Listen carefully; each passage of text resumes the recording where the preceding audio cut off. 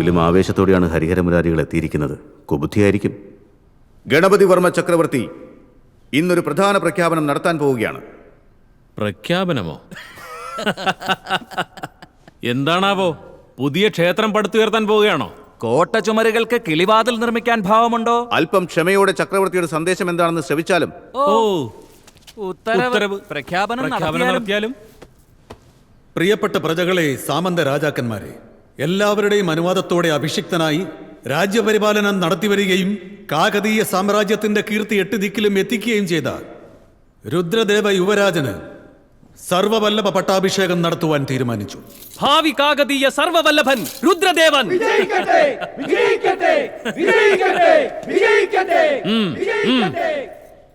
എങ്ങനെ യുവരാജന് പട്ടാഭിഷേകം പോലും?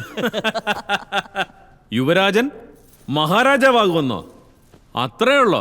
ഇനി വേറെ വല്ലതും ഉണ്ടോ? സഭാമര്യാദകൾ പാലിക്കുക. ഞങ്ങൾക്ക് പറയാനുള്ളത് പൂർത്തിയാക്കട്ടെ. മര്യാദ. ആദ്യം നിങ്ങൾ പാലിക്കേണ്ട മര്യാദകൾ പാലിക്കൂ. അതിനുശേഷം ഞങ്ങൾ തരേണ്ട മര്യാദകൾ വഴിയേ വന്നുകൊള്ളും. ഇത്രയും കാലം നിങ്ങൾ രുദ്രദേവനായി ആരാധിച്ചിരുന്ന യുവരാജൻ പുരുഷനല്ല, സ്ത്രീയാണ്.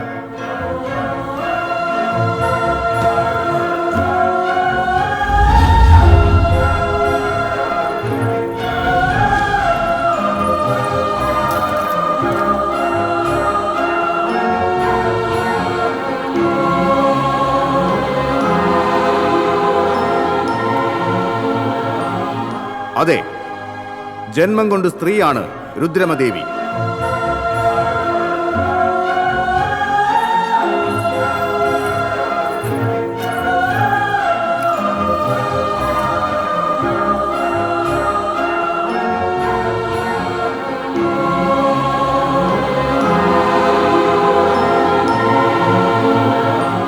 പെൺകുട്ടിയെ ആൺകുട്ടിയാണെന്ന് പ്രഖ്യാപിച്ചത് പ്രജകളുടെ ക്ഷേമത്തിനു വേണ്ടിയും രാജ്യത്തിന്റെ ഭദ്രതയ്ക്കും വേണ്ടിയാണ്. കാകതീയത്തിന്റെ സുപരിപാലനം വരും തലമുറയ്ക്ക് നൽകാൻ വേണ്ടിയാണ് രുദ്രമദേവിയെ രുദ്രദേവ യുവരാജനായി അഭിഷിക്തനാക്കിയത്. അത് പ്രജകളുടെ സങ്കടങ്ങൾ അകറ്റാൻ വേണ്ടിയായിരുന്നു.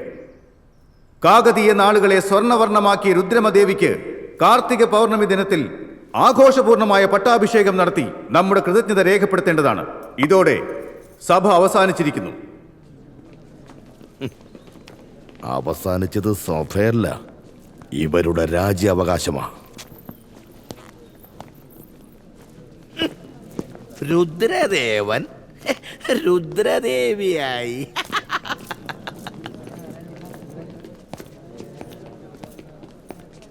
ഇരുപത്തഞ്ച് വർഷങ്ങളായി അടക്കി വെച്ചിരുന്ന ആഗ്രഹം ഒരു ക്ഷണത്തിൽ തകർത്ത് കളഞ്ഞല്ലോ ശിവദേവ. ഇതോടെ എല്ലാം കഴിഞ്ഞെന്നാണോ കരുതുന്നത്? പിടക്കോഴി കൂവി സൂര്യനുദിക്കാൻ പോകുന്നില്ല. പ്രഖ്യാപിച്ചത് കൊണ്ട് പട്ടാഭിഷേകം നടക്കാനും പോകുന്നില്ല. കാട്ടിത്തരുന്നുണ്ട് ഞങ്ങളുടെ പ്രഭാവം. സ്ത്രീയെ ആനയിച്ച് ഞങ്ങളുടെ തലയിൽ കയറ്റി ഇരുത്തരുത്.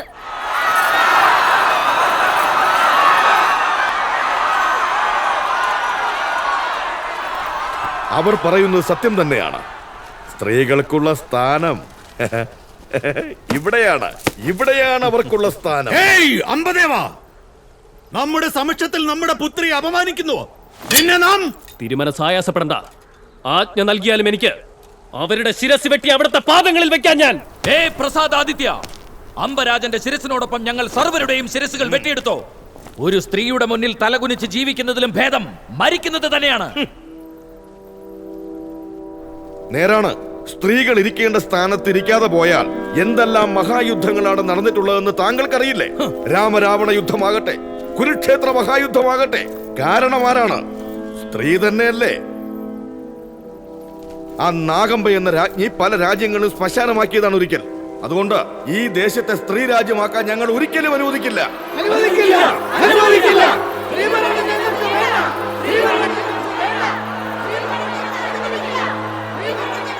കാകതീയ പ്രജകളെ, ശാന്തരാകൂ, ശാന്തരാകൂ. ശിവശക്തിയാ യുക്തിയോ യതി ഭവതി ശക്തഃ പ്രവിദം. സ്ത്രീ ശക്തിയില്ലെങ്കിൽ സ്വന്തം ശക്തിക്ക് ക്ഷയം സംഭവിക്കുമെന്ന് കരുതിയാണ് ആ പരമേശ്വരൻ പത്നിക്ക് അർദ്ധഭാഗം നൽകിയത്. ദൈവങ്ങൾ തുല്യസ്ഥാനം നൽകിയ സ്ത്രീമൂർത്തിക്ക് സിംഹാസനം നൽകുന്നത് കൊണ്ട് എന്താണ് തെറ്റ്? എന്താണ്? സ്ത്രീകൾക്ക് എന്ത് കുറവാണുള്ളത്? രാമരാവണ യുദ്ധത്തിന് ഹേതുവായത് സീതയല്ല, രാവണൻ എന്ന അസുരനാണ്. കുരുക്ഷേത്ര മഹാരണത്തിന് കാരണം ദ്രൗപദിയല്ല, കൗരവരാണ്. സ്ത്രീത്വത്തെ അപമാനിക്കുന്ന ഓരോ വ്യക്തിയും അവരുടെ നാശം അവർ സ്വയം വിളിച്ചു വരുത്തുകയാണ്. ഈ പഴംപുരാണങ്ങളൊക്കെ നിരത്തി ഞങ്ങളുടെ വായടപ്പിക്കുകയാണോ മഹാമന്ത്രി? പുരാണങ്ങളെ പുറന്തള്ളിയാലും ചരിത്രങ്ങൾ മാച്ചുകളയാനാകുമോ സോമരാജൻ? സ്വന്തം മാതൃനാമത്തിൽ വംശത്തെ നിലനിർത്തി പരിപാലിച്ച ഒരു തെക്ക് ദേശ ചക്രവർത്തിനി ഗൗതമി ദേവിയെ നിങ്ങൾ സൗകര്യാർത്ഥം മറന്നുപോയതാണോ? എന്തിന്? ഇപ്പോൾ നേരിൽ കണ്ടുകൊണ്ടിരിക്കുന്ന രുദ്രമദേവിയുടെ ഭരണം കണ്ടിട്ട് പോലും നിങ്ങൾക്ക് വിശ്വാസം വരുന്നില്ലേ? കരം പിരിച്ചെടുക്കൽ റദ്ദാക്കി, ജലക്ഷാമം നേരിടാതിരിക്കാൻ കർഷകർക്ക് ജലസംഭരണികൾ പണിതു നൽകി, കാർഷിക ആനുകൂല്യങ്ങൾ എല്ലാവർക്കും ലഭിക്കാനുള്ള ഏർപ്പാടുകൾ നടത്തി, സ്ത്രീകൾക്ക് പ്രസവ ശുശ്രൂഷയ്ക്കുള്ള വൈദ്യശാലകൾ നിർമ്മിച്ചു. സുഖവും സന്തോഷവും ശാന്തിയും സമാധാനവും നിങ്ങൾക്ക് ഓരോരുത്തർക്കും സമ്മാനിക്കുകയും ചെയ്തു. ഇത് നാളത്തെ ചരിത്രമാണ്, ഭാവി തലമുറയ്ക്കുള്ള ഒരു മാതൃകയാണ്. വിക്രമാബ്ദ ശകം, ശാലിവാഹന ശകം പോലെ രുദ്രമദേവി ശകമെന്ന് സർവരും പറയുമെന്ന് തീർച്ചയാണ്. ഹരിഹര മുരാരി അംബരാജാദികളെ, പല സംവത്സരങ്ങൾക്ക് ശേഷം നിങ്ങളെയോ എന്നെയോ ചരിത്രത്തിൽ സൂചിപ്പിക്കുന്നുണ്ടെങ്കിൽ അതിന് നിമിത്തം ഈ ഇരിക്കുന്ന രുദ്രമദേവി എന്ന സ്ത്രീ ആയിരിക്കും. പ്രജകളെ, പുതിയ ചരിത്രത്തിന് നാന്ദി കുറിക്കാനുള്ള ശ്രമം മാത്രമാണിത്. ഇന്നലെ വരെ രുദ്രദേവ യുവരാജന് ജയഘോഷം മുഴക്കിയ നിങ്ങളൊക്കെ എന്തുകൊണ്ടാണ് ഇന്ന് രുദ്രമദേവിയെ അംഗീകരിക്കാൻ വിമുഖത കാണിക്കുന്നത്? എന്തുകൊണ്ടാണ്? അത് സ്ത്രീ ആയതുകൊണ്ടാണ്. ഈ രാജ്യം പരിപാലിക്കുന്നത് സ്ത്രീയാണെന്ന് അറിഞ്ഞപ്പോൾ തന്നെ ഞങ്ങളുടെ കൃഷികളും നശിപ്പിച്ചു, ഞങ്ങളുടെ വീടുകളും കൊള്ളയടിച്ചു. സ്ത്രീകൾക്ക് പുറത്തിറങ്ങാൻ തന്നെ പേടിയാകുന്നു. നാട് മുഴുവൻ ജൈനമഠങ്ങൾ നശിപ്പിക്കപ്പെട്ടു. എത്രയോ ജൈന ഗുരുക്കന്മാരെ കൊന്നൊടുക്കി. അത് ചിലരുടെ കുതന്ത്രമാണ്. കുതന്ത്രമാണെങ്കിൽ രുദ്രദേവി യുവരാജനായിരുന്നപ്പോൾ സംഭവിക്കാത്തത് ഇപ്പോൾ സംഭവിക്കുന്നത് എന്തുകൊണ്ടെന്നാൽ പുരുഷൻ എന്നാൽ ഭയവും സ്ത്രീ എന്നാൽ പുച്ഛവും, അല്ലാതെന്ത്? ആ ഭയം കൊണ്ടല്ലേ 25 വർഷങ്ങളായി താങ്കൾ ഈ സത്യം പുറത്തറിയിക്കാതിരുന്നത്? ഇത്രയും കാലം ഗണപതി ദേവ ചക്രവർത്തിയുടെ ആജ്ഞകൾ അംഗീകരിച്ച ഞങ്ങൾക്ക് ഈ സാമ്രാജ്യത്തോടുള്ള വിശ്വാസം നഷ്ടപ്പെട്ടു. ഞങ്ങളുടെ സാമന്ത രാജ്യങ്ങൾ ഞങ്ങൾ തന്നെ പരിപാലിച്ചു കൊള്ളാം. എന്റെ കർമ്മരാജ്യം ഇനി മുതൽ സ്വതന്ത്ര രാജ്യമാണ്. എന്റെ മുലിക് രാജ്യമിന് കാകതീയ സാമ്രാജ്യത്തിന് കപ്പം കെട്ടില്ല. എന്റെ ഭാഗനാടും ഇനി മുതൽ സ്വതന്ത്രമാണ്.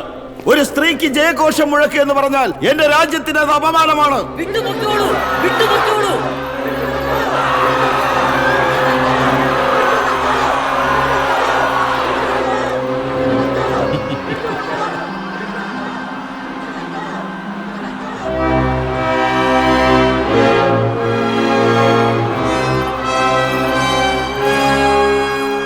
എന്റെ കാകതീയ പ്രജകളെ, സാമന്ത രാജാക്കന്മാരെ, നാം രാജ്യമോ സിംഹാസനമോ മോഹിച്ചല്ല ഇത്രയും കാലം രുദ്രദേവനായി ഇരുന്നത്. പ്രജകളുടെ ശ്രേയസ്സിനു വേണ്ടിയാണ് ഈ ബാധ്യത നാം ഏറ്റെടുത്തത്. നമ്മുടെ രാജ്യത്തെ സംരക്ഷിക്കാൻ അവിടുത്തെ പ്രതിജ്ഞ എന്താണോ അത് നിറവേറുന്നത് വരെ നാം രുദ്രദേവനായിരിക്കും.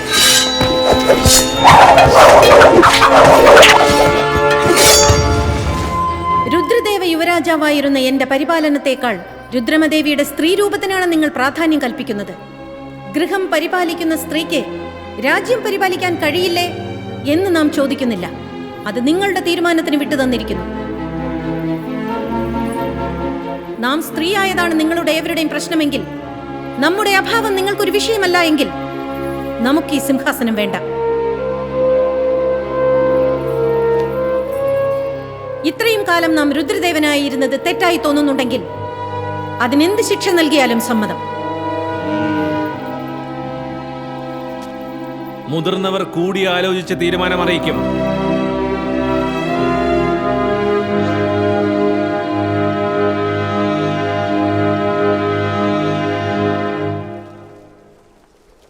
ഏത് ധർമ്മശാസ്ത്രം പരിശോധിച്ചാലും രുദ്രമദേവി ചെയ്ത തെറ്റിനുള്ള ഉചിതമായ ശിക്ഷ വധശിക്ഷയാണ്. എന്നാൽ സ്ത്രീ എന്ന പരിഗണന നൽകി നഗര ബഹിഷ്കരണമാണ് ഞങ്ങൾ വിധിക്കുന്നത്. രാജഭോഗങ്ങൾ വെടിഞ്ഞ് സാധാരണ സ്ത്രീയെ പോലെ ഇനി ജീവിതം നയിക്കണം. ആയുധം കൈകൊണ്ട് തൊടാൻ പാടില്ല. ശിക്ഷ ഈ നിമിഷം തന്നെ നടപ്പിൽ വരുത്തേണ്ടതാണ്.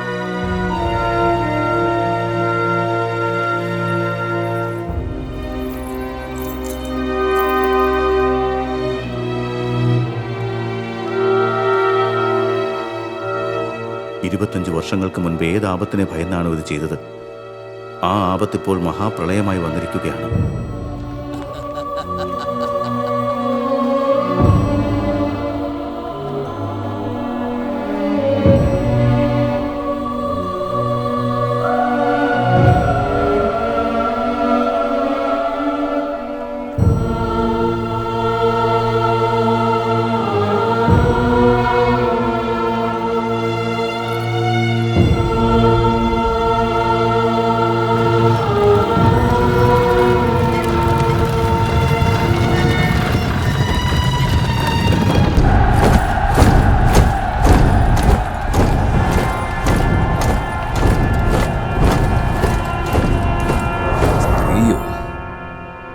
സ്ത്രീയായിരുന്നോ ഇത്രയും കാലം എല്ലാവരെയും ഭരിച്ചിരുന്നത്?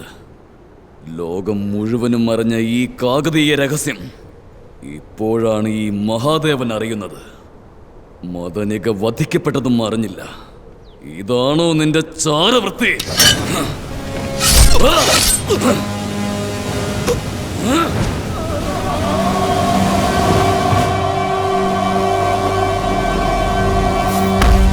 ഘടകത്തിന് രക്താഭിഷേകം നടത്തി ഞാൻ.